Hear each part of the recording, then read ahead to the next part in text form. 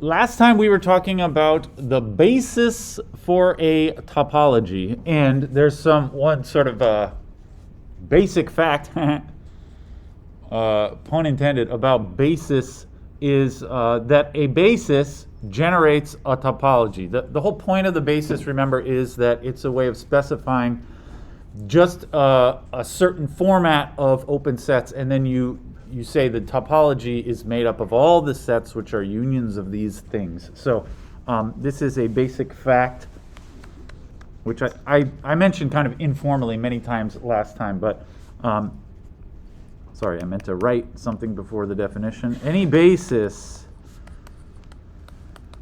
defines a topology. This is the point of using a basis. Remember, in order to be a basis means some typically like smaller collection of open sets where, first of all, they have to cover the whole space. That is, every point has to be in one of the basis sets. And secondly, the basis sets have an intersections property. So remember, this is just a little review here. A basis has what it means is all the sets from your basis B cover X. They cover your whole space. That is, every point in the space is an element of one of the basis sets. And then the second thing is this somewhat weird intersections property. It says if B1 and B2 are basis sets with X in the intersection, B1 intersect B2. This is what I call the shrinking property or something like that. It looks like this. If this is one basis set and this is another basis set, and X is inside both of them, then there is a smaller basis set inside the intersection. It means this. There's always another basis set inside the intersection. So the conclusion is then there exists B3, another basis set with X is in B3, and B3 is a subset of the intersection. B1 intersect B2. This is the somewhat strange intersections property that says whenever you have two basis sets which have an intersection, there is another smaller basis set which is contained inside the intersection. All right. But anyway, the whole point of all of this is that any basis defines a topology. For example, the set of all open intervals is a basis because every element of R is, open intervals in R, because every element of R is part of some open interval. And also, when you have two open intervals which overlap, there's another little open interval inside the intersection. So the open intervals form a basis. And any basis defines a topology. Let's talk precisely about how that works. It's not, I've said this several times, but the entire topology is defined to be the union of all the basis sets, or the basis sets together with all of the unions of the basis sets. So I'm going to say let B be a basis. That is to say, it satisfies those two properties. The two properties, the two props. Then, the topology generated by B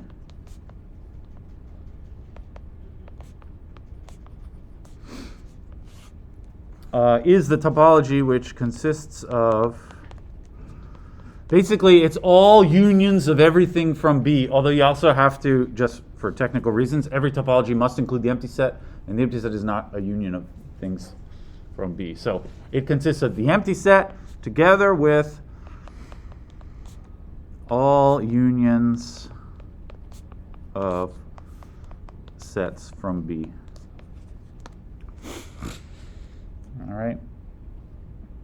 So this is called the topology generated by B. So whenever you have a basis, that basis can be used to create a topology by just using all possible unions. You might wonder about, well, what about intersections? The whole thing about topology has to be closed on their finite intersections. This weird intersections property here makes sure that intersections will always behave correctly when you're making a topology out of a basis. All right. This allows you to describe many different topologies very easily. So for example, on the real numbers, if B is the set of all open intervals, this generates a topology, and this, what it generates is the standard topology on R. That's what the standard topology is. It's the topology where every open set is a union of open intervals. So on R, if the basis is the set of all open intervals, then B generates the standard topology. All right.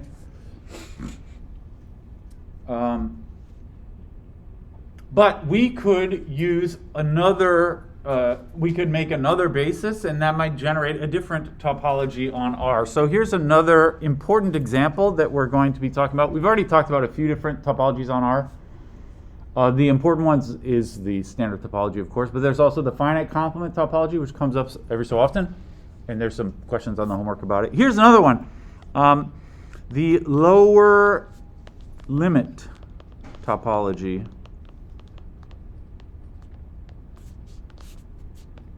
You let B be the set of, so instead of taking the set of all open intervals, I'm going to take the set of all intervals like this, which are opened on one side.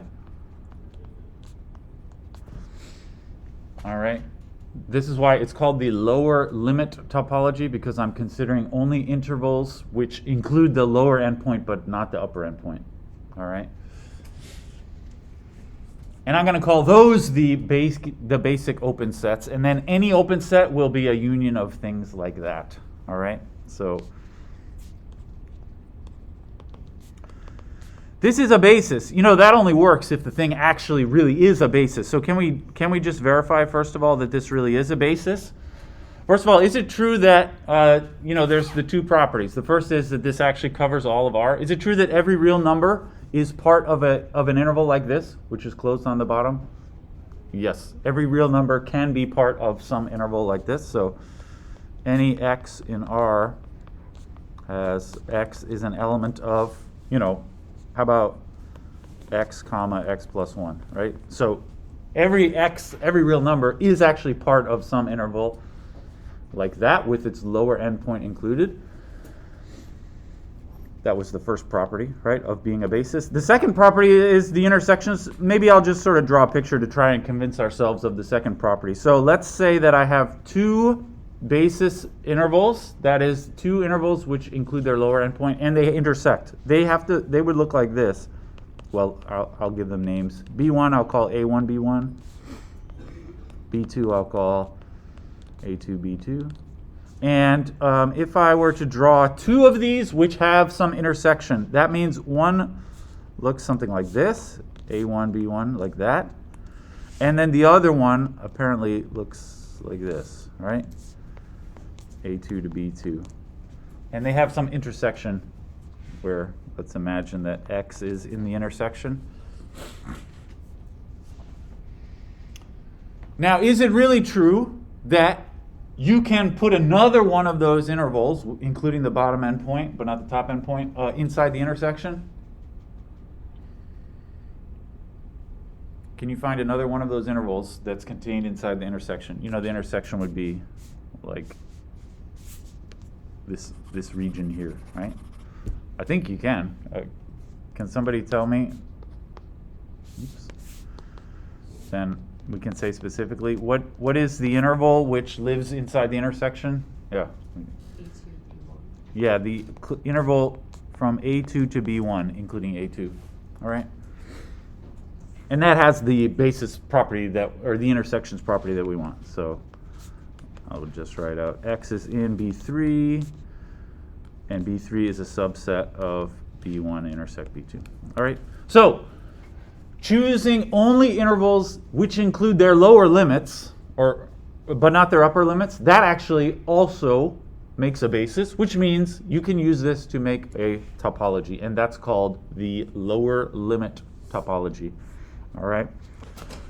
So I'll say this generates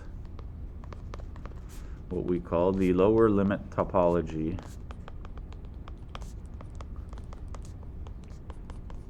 on R. All right. The lower limit topology is in my opinion, quite weird. Open sets in the lower limit topology look like intervals which include the left endpoint. But actually, you can get some other weird open sets in the lower limit topology. So in, can I just say parenthetically here? There's nothing actually special about using the endpoint on the left. You could also instead use the endpoint on the right. So I will just say parenthetically. Also, there's the upper limit topology. The upper limit topology using intervals like, A to B, but it includes the upper endpoint. All right. That also is a basis. I mean, the same, just sort of mirror image this picture, and you'll see the intersections property also holds for intervals like that. All right.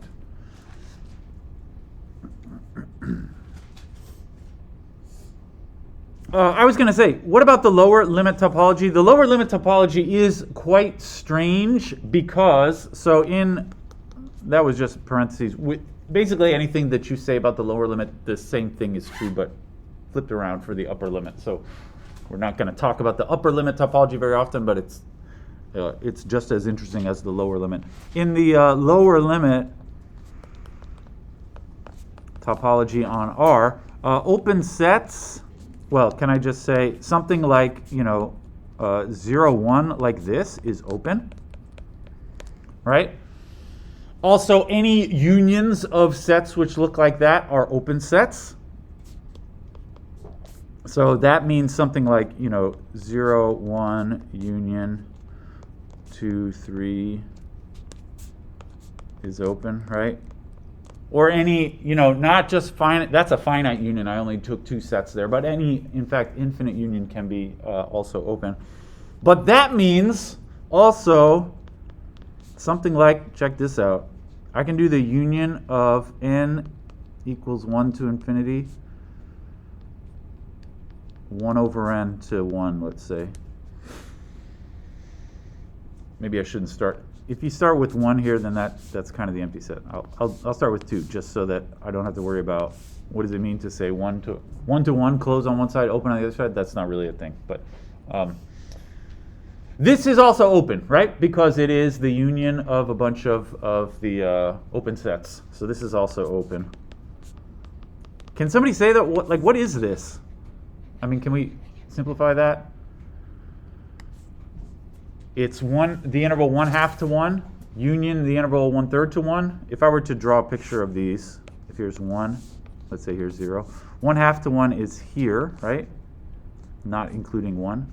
And then the next set in the union is 1/3 to 1. That would be here.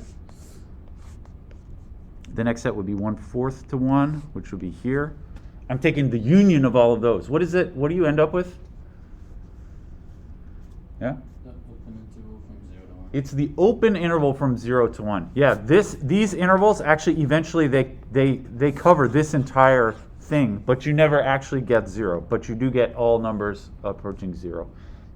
I suppose because of the Archimedean property. Remember that? Anyone taking the comp this weekend? Because numbers like 1 over n approach 0. So this is why I said this is very weird. This is open, so that means this union here, this actually equals the open interval 0 to 1. All right. So in the lower limit topology on R, the moral of the story is this is open, and also this is open. Pretty strange. So an open set would be one which includes its lower limit, but also, like, if you allow those to be open, then automatically the ordinary open intervals are also all open sets. So actually this is a finer topology than the standard topology, because every standard open interval is also open here, but this has some more stuff is also open. All right, very strange.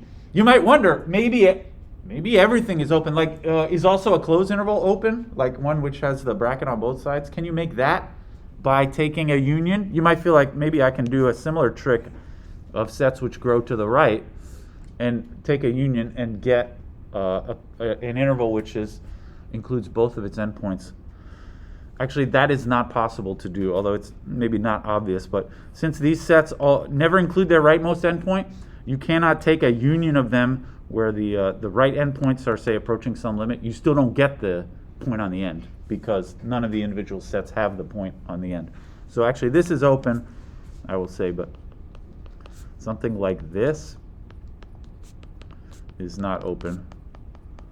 Don't say close, folks. You probably know by now. Close is not the opposite of open. This is a fact in real analysis, right? Close just means something else. This is also not open. And also, you cannot get a set like this. This is not open either in the lower limit topology. Very weird, in my opinion. It is intervals which are either open on both ends or include the left endpoint will be open sets in here, but not other types of intervals. All right.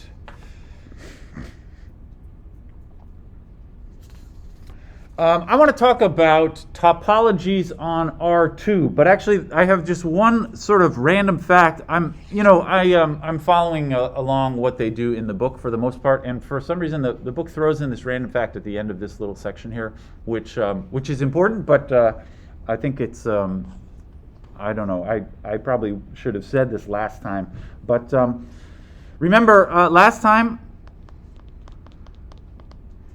we had a theorem that says A is open if and only if for all x in A there exists a neighborhood U with x in U, which is a subset of A. All right, this is the characterization of an open set, which is familiar from real analysis.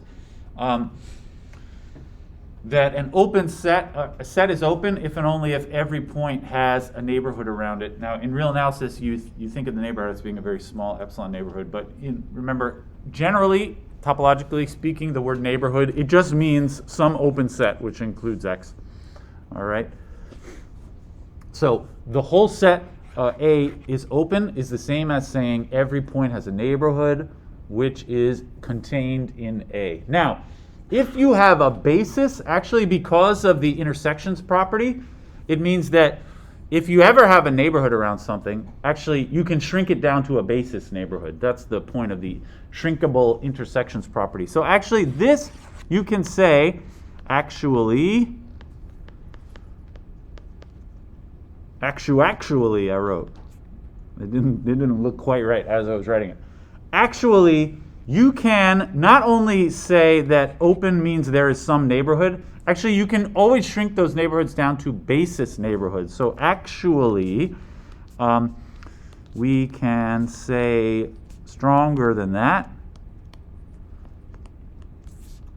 It is a fact. So I'll write this as a theorem. I don't want to go through the proof of this, but A is an open set if and only if for all x in A there exists a basis neighborhood.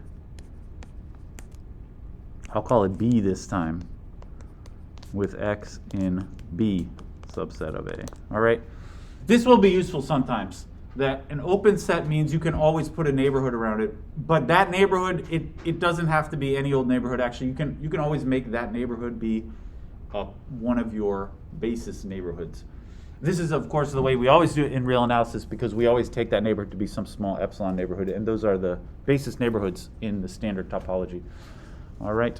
This is just you can sort of file this away in useful facts, but we don't have a whole lot to say about that right now. All right. Great. I would like to talk about R2 then for a little bit, and actually Rn for higher ends. I don't know if you were... if after like the first day, my little introduction to the subject, maybe you were feeling really excited because you liked drawing pictures and things a lot, and you've been very disappointed by the class so far because it's just been a whole bunch of abstract nonsense. But we're gonna actually like draw some interesting pictures. I mean, we have been drawing some pictures. It's just that you can't really draw interesting pictures in R, which is basically what we've been talking about so far. R and also other abstract sets that you can't draw at all. But let's talk about topologies a little bit in R2. Topologies in R2. Can I just say, or Rn. Really, most of what we're going to say today about R2, it works just the same in any Rn, but R2 is the easiest to draw the pictures. There is such a thing as the standard topology in R2, and it's the one which you get by using a certain basis. So to get the standard topology in R2,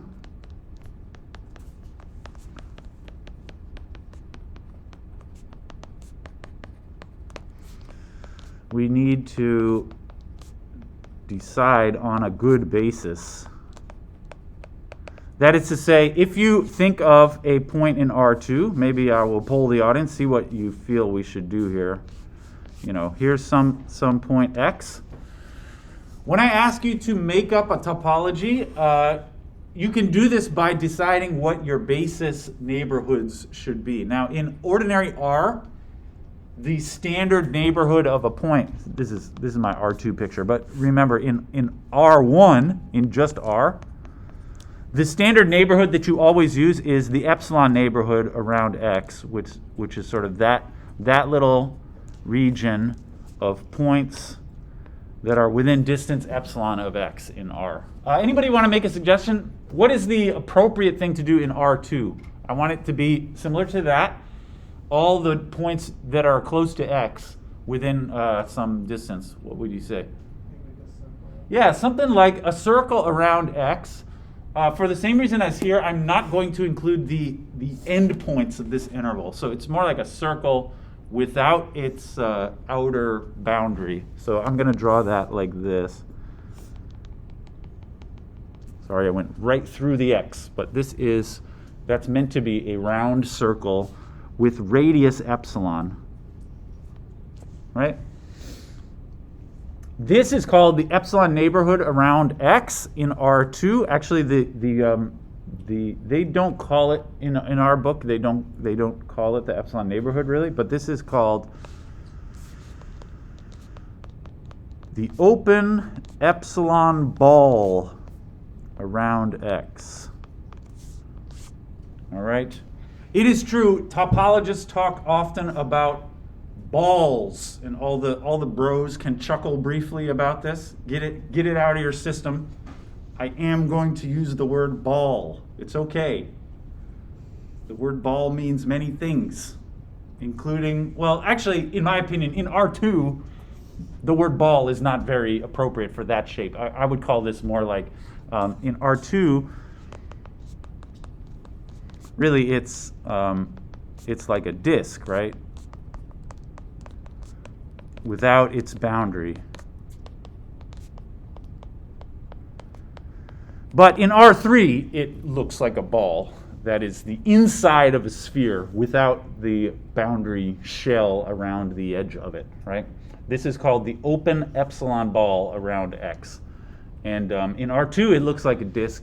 In R3, it looks like a sphere. In higher dimensions, it doesn't look like anything to me, but you can imagine it as being something like a ball in higher dimensions. All right. So the actual definition of this epsilon ball is, the notation they use is this: B of X comma epsilon. That means the epsilon ball around X, and the definition is it's something like it's all the points in Rn such that the distance from X to P is less than epsilon.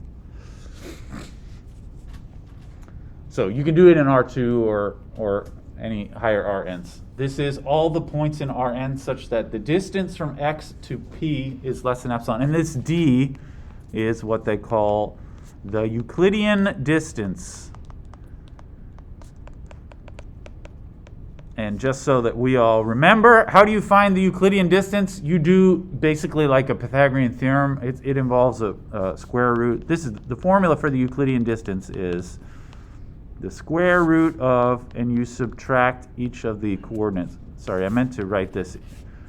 You have to write things in coordinates if you really want to find the distance. So if I write these as vectors, I'm talking about in Rn, so it's like that. The distance from x1 to xn to some other point, p1 up to pn, this distance is defined as the square root of x1 minus p1 squared plus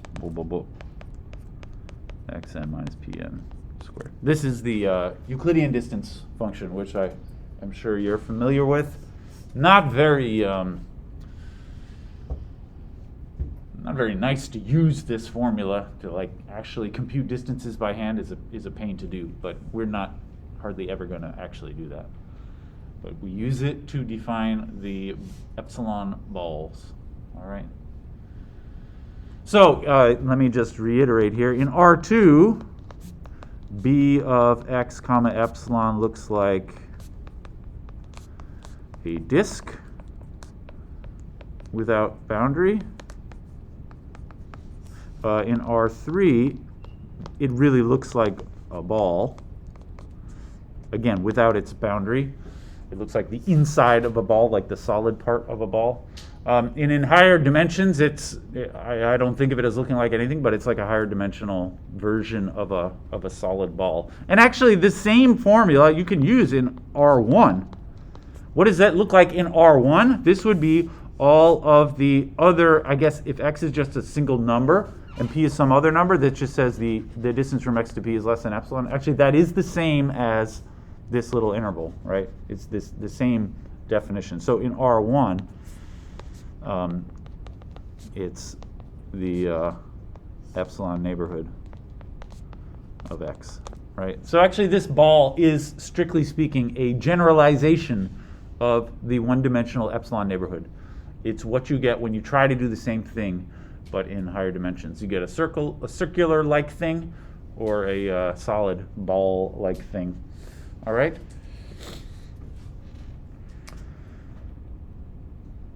We should at least briefly discuss why this makes a basis. All right? So we need to decide on a basis. We're going to use sets like that for our basis. So the standard basis that we use, let's just talk about this in R2, just because I'm going to draw some pictures and it'll look nicer there.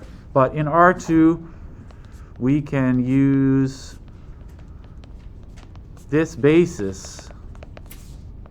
B is the set of all things that are, epsilon balls, such that x is in R2 and epsilon is some real number greater than 0. All right? This is what we're going to use as our basis. And the topology it generates is called the standard topology on R2. We should convince ourselves again that this really is a basis. Let's show it's really a basis. Remember, you must demonstrate the two properties, right? Anyone remember what the first property was of being a basis? It's the easier one.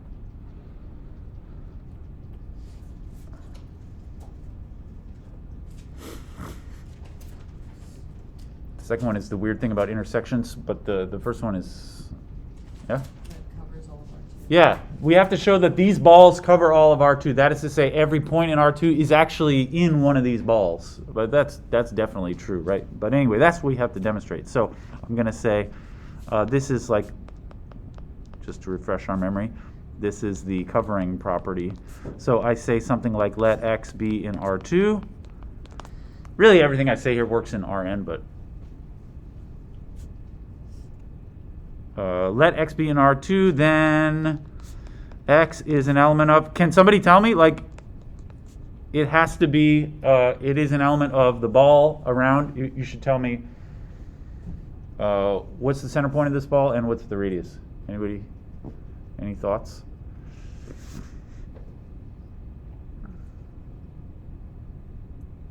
If I show you a point here, x, is there actually a ball which includes that point? Yeah.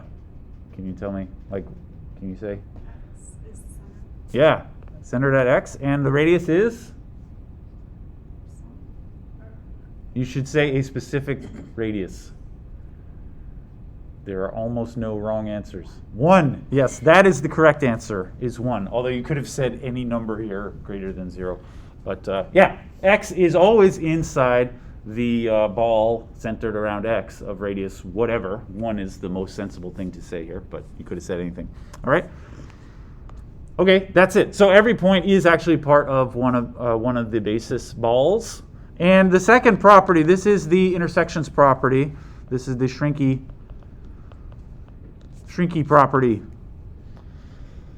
That says if you have a point which is in the intersection of two balls, so this is the same picture that I usually draw, but actually this is, I suppose I should use this dotted line. So here's one ball, I'll call that B1, and then another ball, and they intersect. Now I'm going to try and draw them so that they may have different center points. They also may have different radiuses. So something like, I'll make it bigger. How about, I'll make this one giant. Here are two different epsilon balls which have some intersection, and let's imagine that I have some point in the middle, X. I don't want to write out a detailed proof of this, but is it true that there's actually a ball around X inside the overlap? Yeah, there is. I mean, you might have to choose the radius to be very small, but there definitely is a ball around X. So in this situation, I would just say if B1 intersect B, if X is in B1 intersect B2, and those are two big balls, there is a little ball inside the intersection around X. There is some B3, which will be the ball centered around X of radius epsilon. Now, it's actually slightly complicated to say what epsilon should be. You might feel like if I know the two radii here, then I can choose that epsilon to be like the minimum of two radii, whichever one is smaller. But actually, that's not small enough, because in this case, this radius, I have two radii, right? But the radius required for this little ball is much smaller than either of those two. Now, it is possible to work out the details and sort of give me a formula for how small exactly this epsilon has to be in terms of these other ones, but I don't really want to get into the details of that. It has to do with what these two radii are, and then also how far apart the two centers are. You can do some kind of triangle inequality type thing. The details of this are in the book, but I find them somewhat uninspiring for what is really an obvious fact. There is a little ball around X, which is inside the intersection. So there is some ball around X of radius epsilon with ball 3 is in the intersection. And of course, X is in there. All right, that's the intersections property to demonstrate that it is a basis. All right. So I will just say the epsilon balls form a basis for a topology on R2, and that topology is called the standard topology on R2. So this is the definition of the standard topology.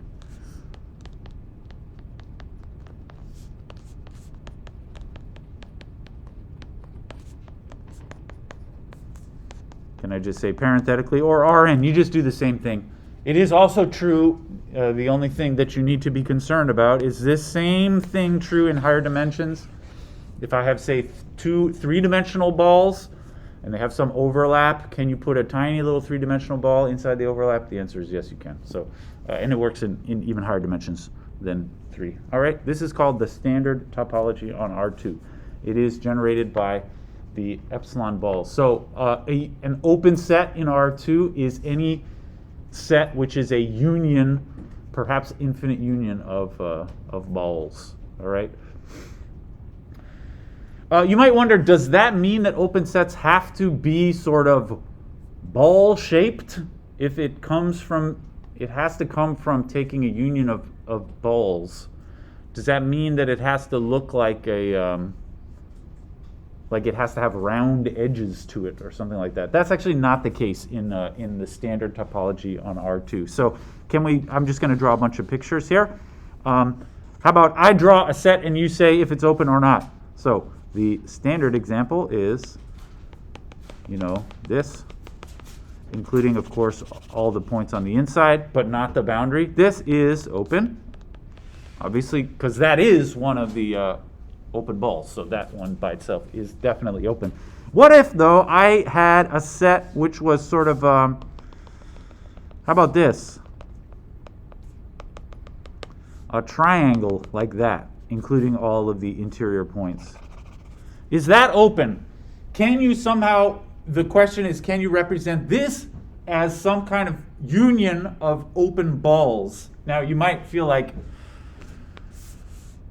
I don't know, to me it feels kind of like that's not going to be possible to make this straight edge out of a bunch of individual balls as a union. That doesn't seem like it's going to work out. But actually, it's not so clear because we can use infinite unions. And infinite unions do weird stuff. Like you saw in the lower limit example, you can take an infinite union of lower limit intervals and get an open interval, which is very weird. You can take an infinite union of ball-like shapes and maybe they end up being a straight-edged shape. Actually, this one is also open. It's better, in fact, not to think of this as, can I make this by a union of balls? It turns out you can, although it's very difficult to see that that's really true. Really, all that matters in deciding whether a set is open or not, think of this in terms of neighborhoods of a point. If I choose any point inside this set, let's say X right here, does it have a neighborhood around it which is still inside the set? Yeah, it does. That means it's an open set, right? Because of that theorem that we just said. An open set means that every point inside the set has a neighborhood which is contained inside the set. So this point here, it does have a little ball around it which is contained inside the set. And you can do that for any point in your set. This is why it's important that the boundary is not included, right? If you did include the boundary, then your neighborhood would stretch out outside of the set. But anyway, this is open. It's not easy to express that as a union of balls, but it is easy enough to see that any point X has a neighborhood inside the set. This is sometimes a more appropriate way of thinking about it. All right? How about something like, here's a more interesting one. Here's a weird looking sort of blobby set with a hole inside. Is that an open set? You should again be thinking about if I choose any point in there, can I put a little ball around it which is still inside the set?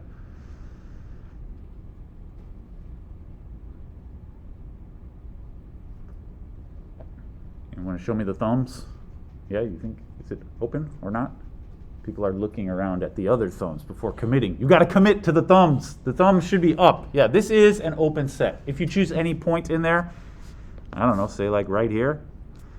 Can I put a little ball around that which is still inside the set? Yeah, you can. Even if it's really close to the edge, you can make a really small ball which still fits inside the set. If it's right on the edge, you can't do that. But this set does not include the points that are right on the edge, so you don't have to worry about that. So this one, again, is open. All right. How about, here's an example of one which is not open. Something like a circle which includes the boundary. All right. This is not open because I could choose a point right on the edge, and now that point does not have a ball around it which is contained inside the set, because any ball around that point will automatically stretch outside the set a little bit. And so it has no neighborhood that's contained inside the set. So not open. This is because the boundary points have no balls inside the set. Any ball around one of those boundary points will stretch outside. And that means that it is not an open set. All right? How about, Similarly, something like this, a triangle with its boundary. This is not open for the same reason. Or a set which is like in R2, you could just do something like that, right? That's a subset of R2, which looks like a curve, a parameterized curve, or the graph of a function or something. Is that open? What do you say, yes or no? The question is still, can you put a ball around each one of those points so that the entire ball is part of that set?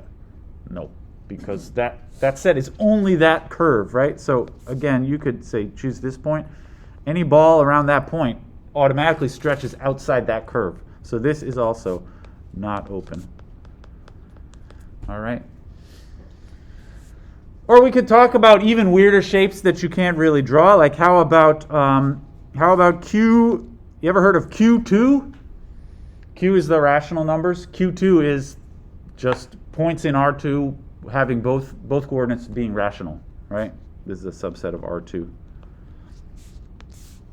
can't really draw a picture of it. It looks like some kind of cloud of points which exists everywhere. It's dense in all of R2, just the same way that Q is dense in R. Is that an open set? So I imagine this set as being sort of, it's everywhere, but it's only the points which are rational values. And you have to ask yourself, if I choose some point here with two rational coordinates, is it true that all the points in the ball around it also have two rational coordinates? The answer is no, they don't. You're going to have some irrational coordinates in that ball because the ball includes all real coordinates within that distance, not just the rational ones. So here, not open. This Q2 is not open. All right. Just like Q, ordinary Q is not an open set inside of R for the same reason. If you take a neighborhood around a point, it's not all going to be rational values inside that neighborhood. All right? One more thing to say about this. We got a few minutes left here. All along, we have been using the balls as our basic neighborhoods in R2. And it was Alvin's idea to use the balls, right? Now, I predicted that at least one of you would have this idea, which is why I prepared all of this business here. But I don't know if anybody was thinking, did it have to be balls? Did anybody have another idea when I said, what should we use for the neighborhood around a point like this? I don't know. Did anybody? Here's another idea. How about, what if instead, and I'm not going to give you some ridiculous other idea. This is a totally reasonable thing. What if instead we used boxes like this,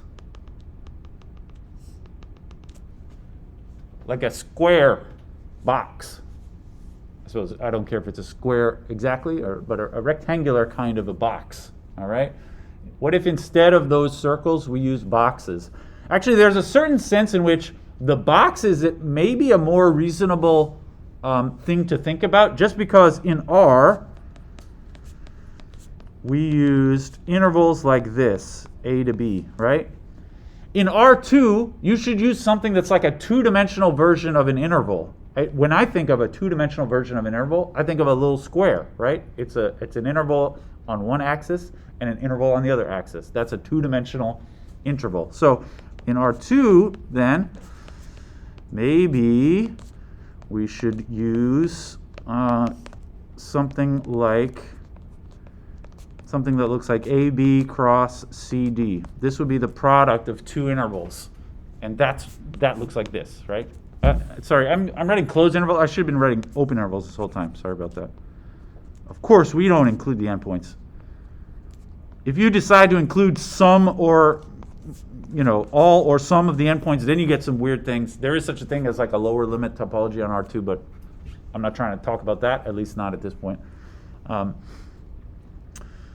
Anyway, in R, we use open intervals like this. I think in a certain sense, it is more natural, rather than using those circular things, it's more natural to use sets like this. And in fact, if you actually want to do computations, this is much more convenient, just because the Euclidean distance formula is a real pain to work with because it has the square root and all that business. Whereas this is a much more easy set to work with if you really care about doing a lot of details of these things. So my question is this a valid approach? And if so, what happens in terms of the topology that you get on R2 using these things instead? The first thing we should think about is, does this still make a legal basis? So maybe this isn't even a basis, which is why we went with balls rather than boxes. But actually, this is still a basis. I don't want to go through all of the details, but first of all, I hope you see that every point in R2 is contained in one of these boxes. So the boxes do cover all of R2. And then also you need to check the intersections property. So if you have one box which intersects another box, can you make a box inside the intersection?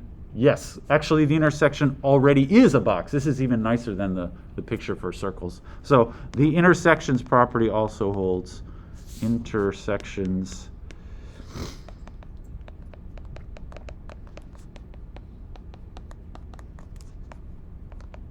all right, so the boxes make a basis.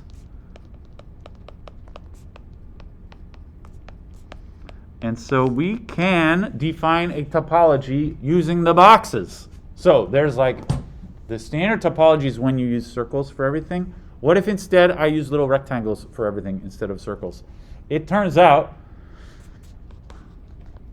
these boxes also generate the standard topology.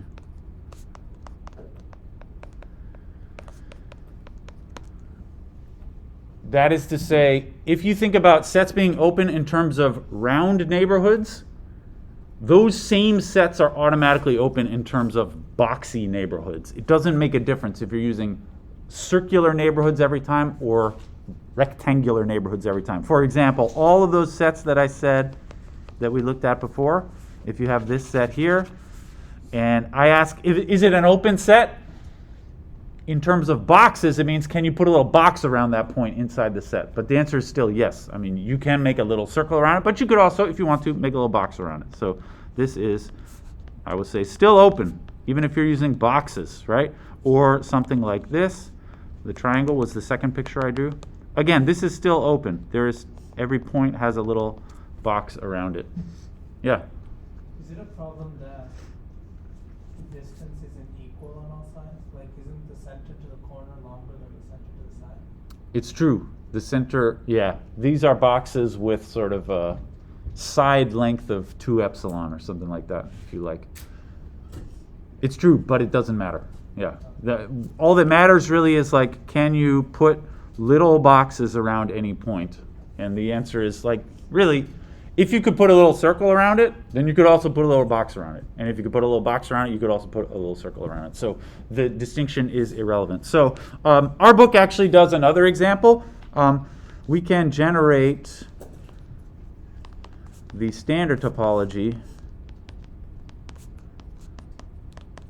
using any kind of, I don't know about any, but any kind of little shape that you like. So you can use little circles if you want to, or you can use little boxes if you want to. You're going to get the same topology when it comes to using these to define neighborhoods. It generates the same types of open sets. Or, I thought this was cute in our book, they specifically say, you can use a little heart shape. Why not? It doesn't matter, really. Whatever the shape looks like, as long as that shape is something that you could shrink down as far as you like, right? This is the circles or the boxes or the hearts. They all generate the same topology in the end. And so what that means is, this is kind of good news. It means that we can use whichever one is the most convenient. So if you don't like using the Euclidean distance formula, which I don't really, because it has a square root in it, you can instead decide to use boxes. Maybe that will be more convenient. Or I suppose the heart shape will never be more convenient, but you could use that if you wanted to. All right? And I think that'll do for today. We'll talk some more about R2 next